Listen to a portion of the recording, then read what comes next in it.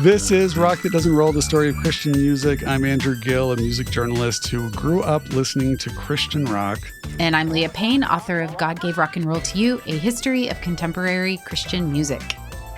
And today on the show, Leah, we are going to do, I've heard there's a lot of podcasts that are all about the hang.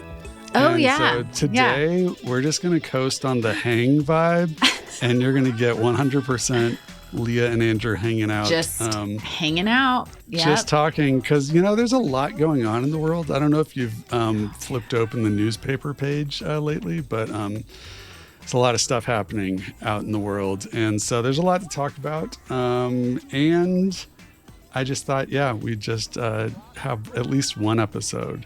Yeah. You know, some podcasts, this is all they ever do. You know, it's just like chat.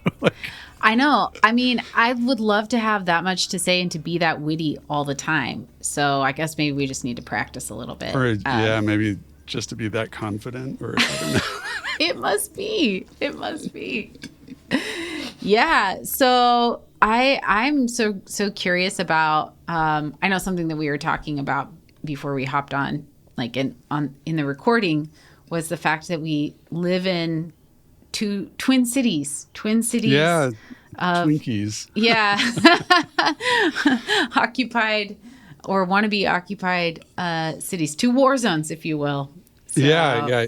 And, you know, the one thing that I think is interesting, well, first of all, I think we should just, because I am in Chicago and you're in Portland, you know, we should just provide like a snapshot of what's happening in these war-torn cities that are just so barely hanging on for dear life. So I wonder what's a little vignette from your real life in the past 7 days that can give us a sense of like just how dire the situation is there in your area of Oregon. Yeah, well, in the past 7 days, I went to my friend Kendra's spouse, who owns a really cool art gallery in a kind of artsy part of Portland called Blind Insect Gallery. It's super cool. Okay.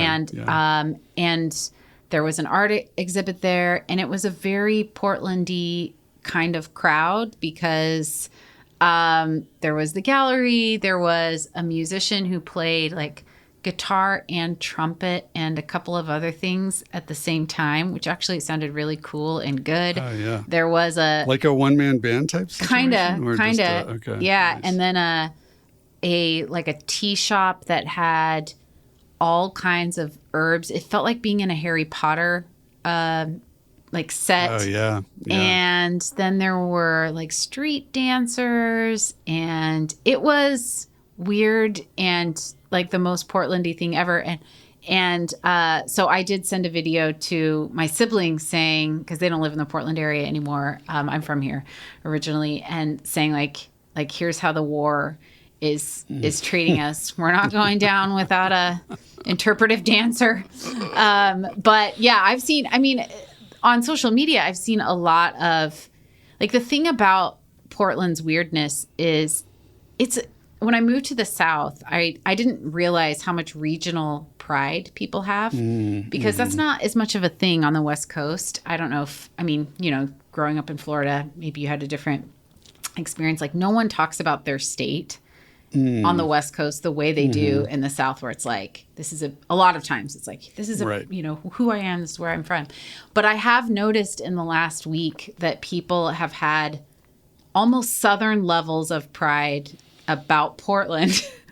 Oh, and God, just the weirdness. So they're really leaning into it. I don't know if you've seen on social media, but there's a protester who's just in an inflatable frog suit. And oh, yeah, I saw that one. Yeah. And I saw people doing like elaborate tea parties. I mean, it's just, there was also like on clowns. strings. I saw some clowns that were dressed like vaguely like ICE agents or something. Yeah. But they were clowns, and they were like standing right next to some troops. I saw some like someone called it Boomer Tifa, which was a bunch of boomers singing "This Land Is Your Land." Yes.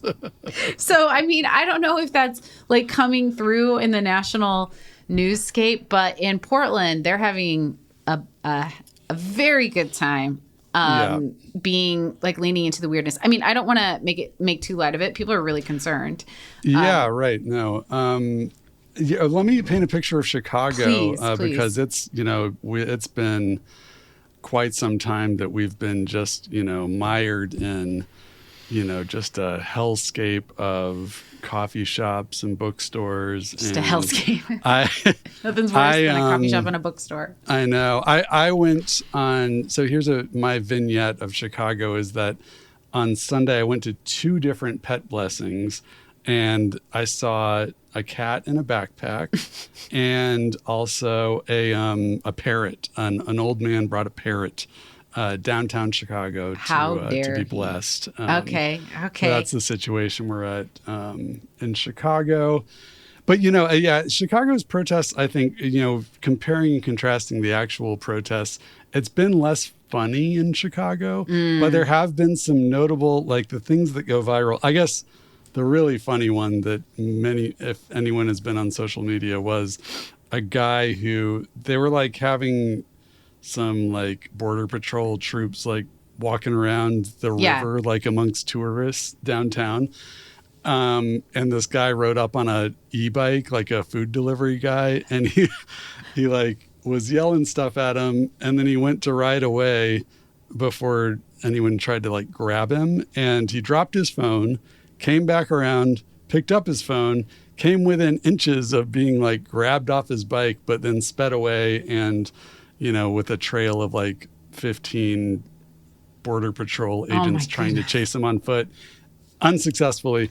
And of course, it's been set to multiple different kinds of music, like yakety sax, and, Keystone Cops type stuff. But there's been other instances where there's videos of, attempted snatchings, and, traffic will stop and a crowd of people develops. Yeah. And people lay on their horns until they get, they give up and leave. There have been other horrific things happening as well. So I don't want to make light of the entire thing, but yeah, it is just wild coincidence that, Chicago and then Portland, one after another. I guess we get like a third co-host in Memphis or something. I don't know. I know. Who would have thought of all the places? I mean, Portland, I think I am not super shocked. I mean, I shouldn't be surprised by Chicago, but I guess I would have thought of another kind of more flamboyant city, because Portland is very much like courts that type of ire. I saw a really funny post that said something to the effect of, I just know that Seattle is jealous that Portland is America's bad boy. Like there's sort of a thing where like, they sort of live for that. But I mean, Chicago, I know that it's like a democratic city, but I didn't think of it as the type of city that is sort of would relish that kind of attention. But maybe it's creating something like that. What do you think? I mean, well, no, I think Chicago has always been, nobody loves anything as much as Chicagoans love being Chicagoans. That's cute. I like it. There's a real like deep strain of, don't even try, Okay. That makes me think of like Philadelphia, where people are like, don't mess with us. Yes, it is. It's kind of like that. Yeah. Okay. And I think, they've developed some thicker skin being in the spotlight while Obama was president. Right. This definitely developed some. So far, we're both surviving the chaos and insanity of our cities. Yes. Yes. As manufactured as it is. Yep. How's everything going otherwise? How's the school semester going? You got any writing projects happening? Yeah, I'm trying to get writing projects off the ground, but right now I'm like, we're midway through the semester, so I'm all teaching all the time, doing a little bit of talking here and there about contemporary Christian music, because I don't think I'll ever leave that behind. And also, I mean, I think it's been super fun to keep the conversation going here, because I feel like every other week there's like a national story for us to talk about, which is kind of wild. But yeah, so I'm in the thick of the semester right now. And it's just, I've noticed that for me, the midpoint of the semester is like being on a roller coaster at the very top of a roller coaster. And then you can feel it's just going to be like, all the way down. So it's coming. December is coming. How about like you? All the students have to start turning in all these assignments. Exactly, you have to which read means then I have to grade them. Yeah. It's a vicious cycle. Yeah. But how are things going for you? Things are going all right. Yeah, I've been working on a lot of projects with Brad Onishi. Oh, that's right. Of Straight White American Jesus. There's a podcast that's coming soon about religious nationalism around the world that I'm helping. That's going to be interesting. I'm excited about that. Yeah, and then another one about Buddhism. There's just so many different topics, a lot of like changing gears to get back and forth and from my day job with Sound Opinions to Rock That Doesn't Roll to it's like all these different topics, and it's I feel like I need better motor oil to change gears. Yeah. Can I ask a question, like a storytelling question, because people don't know this about you, that you're in your role, you curate storytelling in a variety of different ways, like from a variety of different perspectives. And then also you bring you have a lot of different skill sets that you employ in different ways. Is there any kind of unifying principles that stick with you? Like what facilitates that gear shift as a storyteller?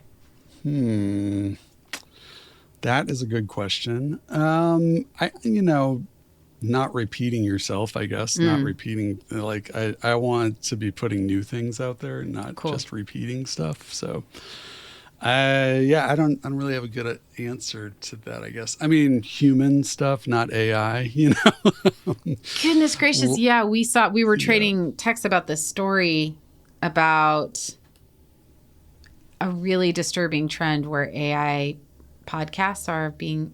Do you know if they're in the market right now? I don't even know. I think that company does have a number of podcasts out there, but I have not listened to one. Me neither. Yeah, not that I know of. Dun, dun, dun. Yeah, right. Yeah. I do have one episode of Sound Opinions coming out in a week or two, all about Irish music. So I was very excited to get that. We had Jeff Travis, the founder of Rough Trade Records. Oh, cool.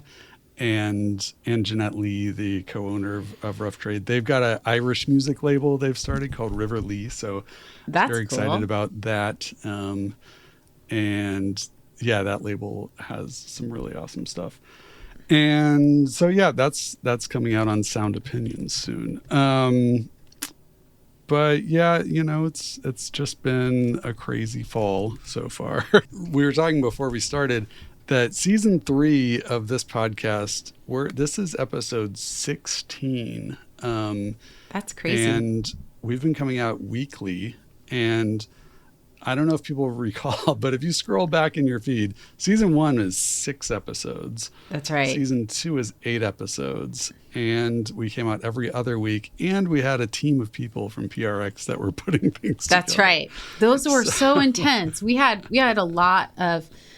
we were kind of spoiled. We had a lot of support and a lot of, I don't think I've ever thought so hard about that work. Yeah. It definitely helps you elevate to a new level, but it also means that it's a machine, like a meat grinder machine or something. Yeah. I don't know why I have so many machine metaphors. It's like Chicago is in me, like that's right. The factory kind of awesome. Industrial thing. But this is our first one with no guests. So this is, we have been putting out a great quantity of content. So yeah, we have.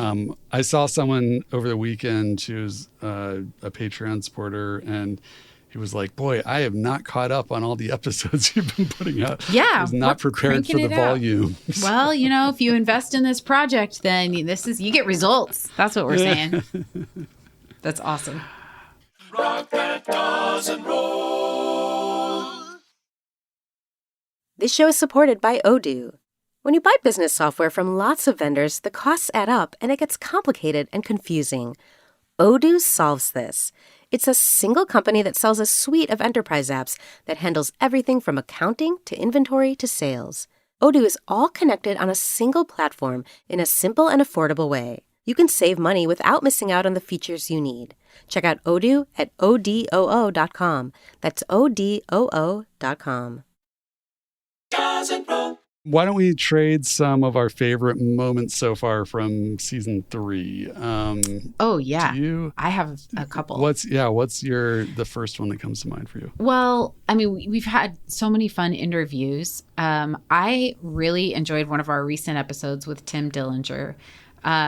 Tim's depth of knowledge, it's hard to overstate it. And he also has a really warm personal connection and also has the capacity to critique the work. And so he's just a pleasure to talk with about that. And I really liked just the conceit of 1 year. Like, we're just going to talk about this 1 year. And I learned some things, and he's just a pleasure to talk with. So I think that is my first highlight of the season. Yeah, that he was so great to talk to. And the outline we had for that episode could have gone twice as long. Oh my gosh, we could have kept going for another 2 episodes probably just on 1985. And maybe we will. If you want to hear more of that, please write in. That's one other thing. Getting more feedback this season. Having done, 15 episodes in season 3 already, we've started to actually get a feedback loop going. Yeah. Like people sending us email, which has been nice, which didn't happen as much with the other 2 seasons, I don't think. But that's true. Thank you so much for people. People have written in with really cool ideas, and we've tried to implement a few of them. Yeah. And the email address is rtdrpod@gmail.com. Okay. RTDR Yeah, you got to email us.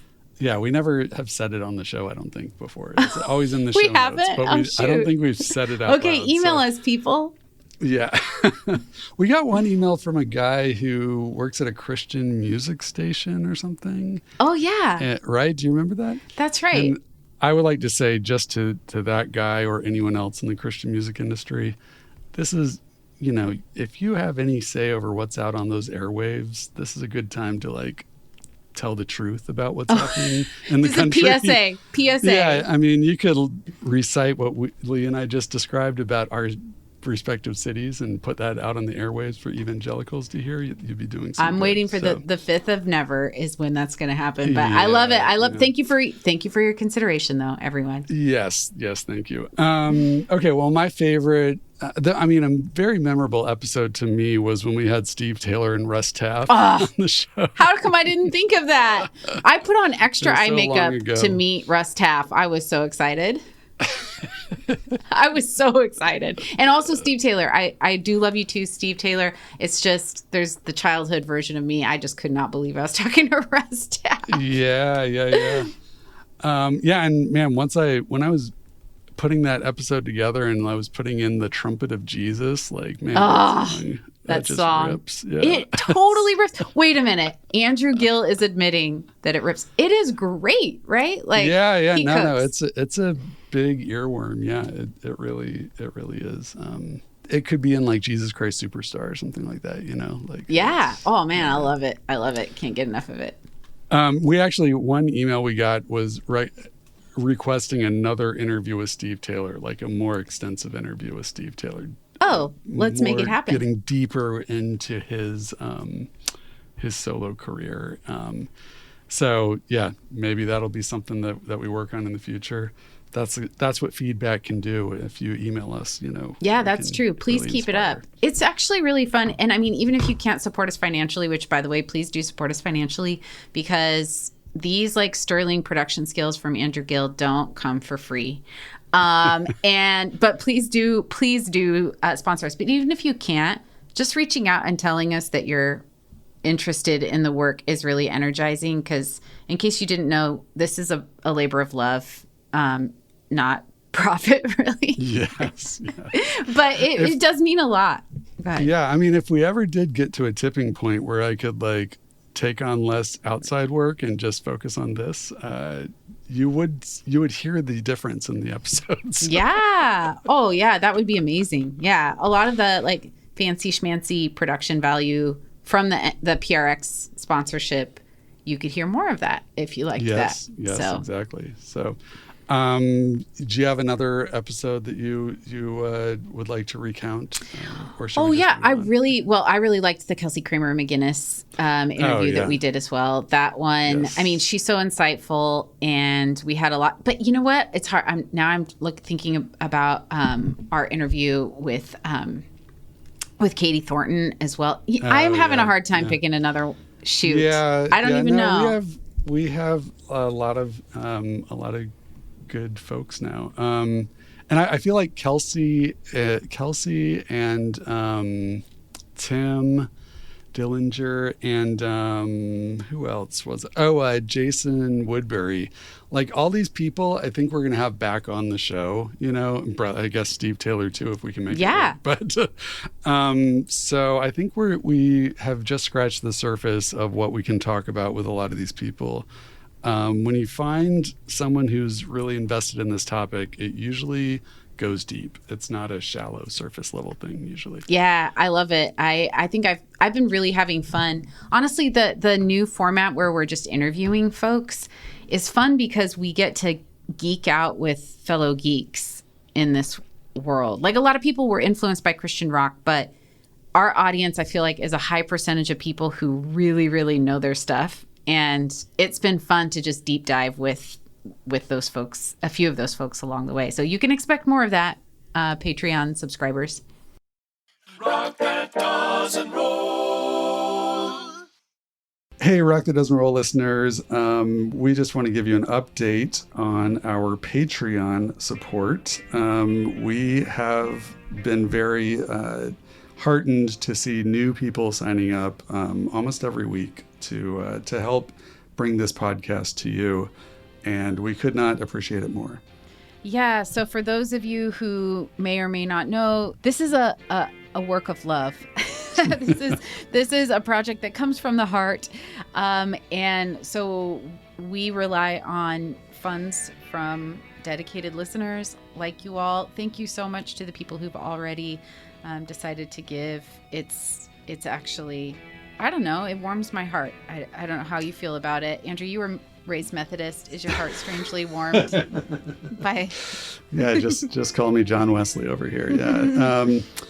No, it is the thing that, is required to make the show. We are still not really paying ourselves a fair wage, but we are offsetting some of the lost potential earning time that we put into this podcast. Yeah. So if you do want the show to continue existing, we do need listeners to support us. And, if that's not financially, you can tell people about us. You could share us on social media, do all other things. But we would love this to be something we can dedicate a lot of time to. But we have to provide for our families, and we do not each have trust funds. I don't have a trust fund. You don't have a trust fund, do you, Leah? No, just no, checking. Yeah, sad to say. Yeah. So yeah, we appreciate all the support. Thank you so much, everyone. Doesn't roll. All right, so we've looked back at season 3, some of the episodes we've done. There's actually a few exciting things that we're kind of working on putting together to move ahead. Again, no guarantees on any of this. Everything is subject to change. We might not do some of these things. They might not pan out. But like, for instance, we mentioned Kelsey Kramer McGinnis. We're hoping she'll be on this next episode. And we're actually going to do kind of a roundtable on one topic with multiple guests. So that should be interesting and exciting. So, Leah, I got this interesting thing in the mail last week. It's a novel that's been written about the Cornerstone kind of tooth and nail world. Yeah. This is only a draft of the novel, so it's not actually being published yet. But I was sent a draft, and requested my feedback. Like a I hard think copy draft of it? Yeah, it's Whoa. I don't know how long it'll be until it's officially published and we can interview the author and do something about it on this podcast for public consumption. But that is an interesting development that's come about. I love this. This is great. One thing that I want to keep doing is checking in now and then with people who are experts in the world of worship / contemporary Christian music, because there's so much in the news these days with their collabs with mainstream artists, but also collabs with political activists. One thing that I want to do, we need to do it. Did you hear about the Super Bowl alternative programming? Yeah. We got to cover that. We got to do a lot. I mean, maybe not live, but as close as we can do. What is the real, there's a TPUSA thing? I think there's like a loose plan. I think we're really going to see it to create a counter programming. It's basically one of those comparison charts programming to Bad Bunny. I actually was just in a class. I was giving a shout out to Dr. Nathan Myrick, a really extraordinary, excellent expert in some of the like the world of like the Cornerstone type scene, Furnace Fest type scene. And I was just talking with his class because he kindly assigned God Gave Rock and Roll to You to his really smart group of students. And we were talking about the Super Bowl. They all knew about it. Like they knew that there was Bad Bunny, and they also knew that there was this effort to, and these are like 18 to 22-year-olds. So I was kind of surprised they were that clued into it. They knew this was going on. So we got to cover that. When you have millions and millions of dollars to blast your message out, you can reach like every 18-year-old in the country, I guess. It's wild. I didn't know that 18-year-olds were even paying attention to such things. But so yeah, that we gotta cover that for sure. Yeah. Oh, go ahead. Do we know any specifics about it? Like, is it going to be, where will it be held? And like, or maybe they don't even know that yet. I don't even know. I think this is like, this seems very ad hoc, which, let's see. So I believe that a guy who we talked about with Kelsey Kramer McGinnis he originally proposed a version of a halftime show. And then, or maybe Sean somebody Foyt, else. No. Like Sean Foyt's way too small time, I think, for this. Because Forrest Frank is so big, right? So Forrest Frank. Right, yeah. Okay, and Corey Forrest Asbury. Frank we talked about with Emma Madden. Emma, that's right. That's who we talked about. I couldn't remember. That might have come up. But no, Kelsey's been writing about Forrest Frank as well. Yeah. Oh, yeah. Sorry. All these interviews are sort of layered in my mind. But anyway, so Forrest Frank says he's open to it.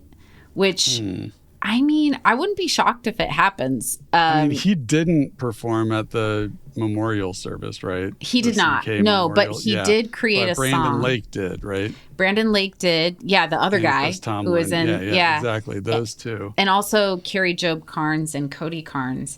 Yeah. And so but Forrest Frank did write a song responding to Charlie Kirk's death called, I believe, Jesus is Coming Back Soon or something. It's an apocalyptic song. I wrote a little article about like all the history of this. Like there's nothing new about what's happening, right? Like these conservative collaborations. But I think Forrest Frank probably will do it. And if it happens, no matter what the scale is, we have got to do like a special episode. Maybe we can who do you think you'd want to talk with about that? Maybe we can throw out a dream guest. We could have, a dream guest. I don't know. Who would be like really good on Super Bowl halftime show analysis? Well, maybe we need our listeners to give us some feedback. Give us some suggestions. I mean, we could always have Emma Madden back, but that'd be fun. Yeah, but I would like to. I don't know, somebody who's done some work on like the political like world of the Super Bowl show, because it's always a big like Kendrick Lamar, which I think was at that time the most watched one ever. So anyway, that would be interesting. Gosh, we got to get someone to talk with us about it, because you and I came of age when a lot of public evangelical discourse was conciliatory. I mean, there was like the culture war stuff. That's always, that's been around for many decades. And also, though, there was a sort of colorblind Clinton era form of like reconciling stuff. Yeah, even Promise Keepers, which totally. My dad took me and my older brother to Promise Keepers in Boulder, Colorado. Yeah. Okay. Well, my dad took my brother to Washington, D.C. when they went to the. Oh, okay. Wow. Yes. So you guys were like one of the early ones. Yeah. Oh, that's really interesting. It was before it was national. Yeah. Yeah. Well, and that like there was a really like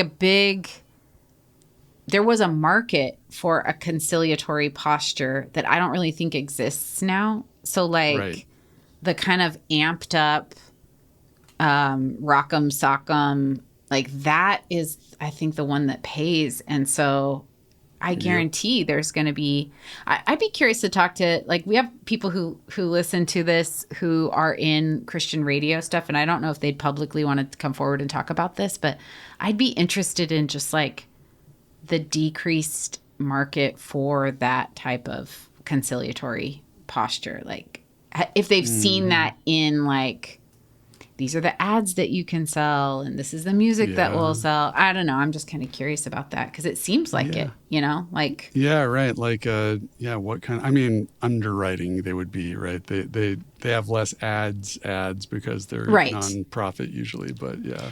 Yeah. But Salem, I'd be curious about that. But anyway, who knows?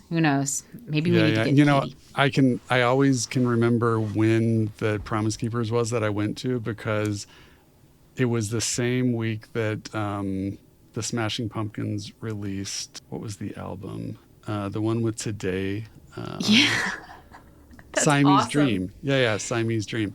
And so my brother, we were in Boulder, Colorado. We were on summer vacation from Florida. My brother really wanted to go to Wax Trax or some record store in Boulder to buy that tape or CD. Oh my gosh, that's amazing. So we went straight from Promise Keepers to the hip record store, and we had our lanyards around our necks. Yeah, so, that's awesome. We were like trying to tuck them inside our shirts, so that the cool record store people wouldn't know. We had just been at Promise Keepers. That's really funny. Did you buy it? Did you get it then? Oh yeah, my brother got it. Yeah. I mean, I don't think I knew Smashing Pumpkins at that point. You would have been. That was like baby Andrew. It was probably it was around the time that I had to pass up on that ticket to see Nirvana. So that is a really heartbreaking story. Yeah. By the way, I talked to my parents and they listened to that episode and they were like, "You threw us under the bus again." Your poor parents. They're like, all we did is provide you with love and stability and you repay us. That's so funny. It's really funny. Well, Mr. and Mrs. Gill, you did well. You have 2 lovely sons. So actually three lovely sons. Oh, that's right. And a daughter. I only know the 2. Sorry. 4 wonderful children, I'm sure. All right. Anything else we should cover on this, or? I don't know. I don't think so. I think this is a kind of a fun check-in. We haven't done one of these, and I don't think we've ever done one of these. Yeah, no, I don't think so. Just new stuff around here, everybody. Yeah. We are going to be in the same city. I'm coming to Chicago early next year, and we've talked about like maybe recording some in-person episodes, so that'll be fun. Yeah. And also next week, I'm going to be going to Theology Beer Camp in awesome. Twin Cities in St. Paul. So if anyone happens to be at Theology Beer Camp, please come up to me. I will give you a sticker if you say hello. Oh, I love that. And next week, exclusive Rock That Doesn't Roll sticker. I love it. Next week, I'm going to Butler University in Indianapolis, the reason why I can't go to Theology Beer Camp. Yeah. And I'm really excited to talk with folks about contemporary Christian music. So we're going to be out and about in the world, hanging out, talking about Christian rock. So Yeah. I should get some stickers sent to you as well, so you can hand them out when you go. Oh, yeah. I would love to do that. Yeah. I feel like that anybody who comes to that lecture is like our prime audience. Yeah, So- yeah. I wonder if I could get them to you in time. Maybe I could. Yeah. Oh, yeah, that'd be cool. Anyways, okay. yeah. Well, cheerio to you. I don't know. I just was British all of a sudden.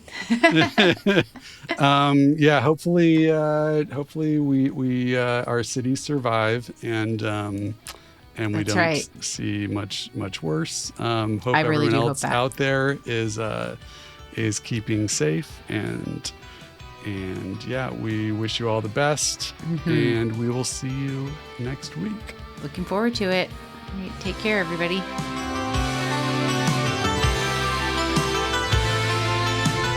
Thanks for listening. You can also find us on Substack and Instagram by searching Rock That Doesn't Roll.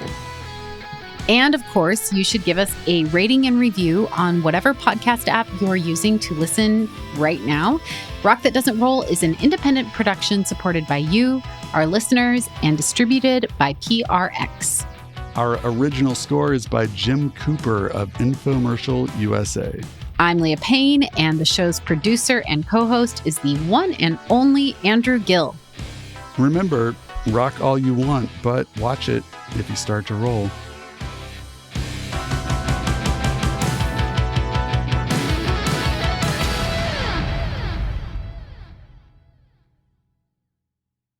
Thanks so much for listening to this entire episode all the way to the end. Give yourself a pat on the back. And if you enjoy the show this much, consider becoming a Patreon member at patreon.com/RTDR.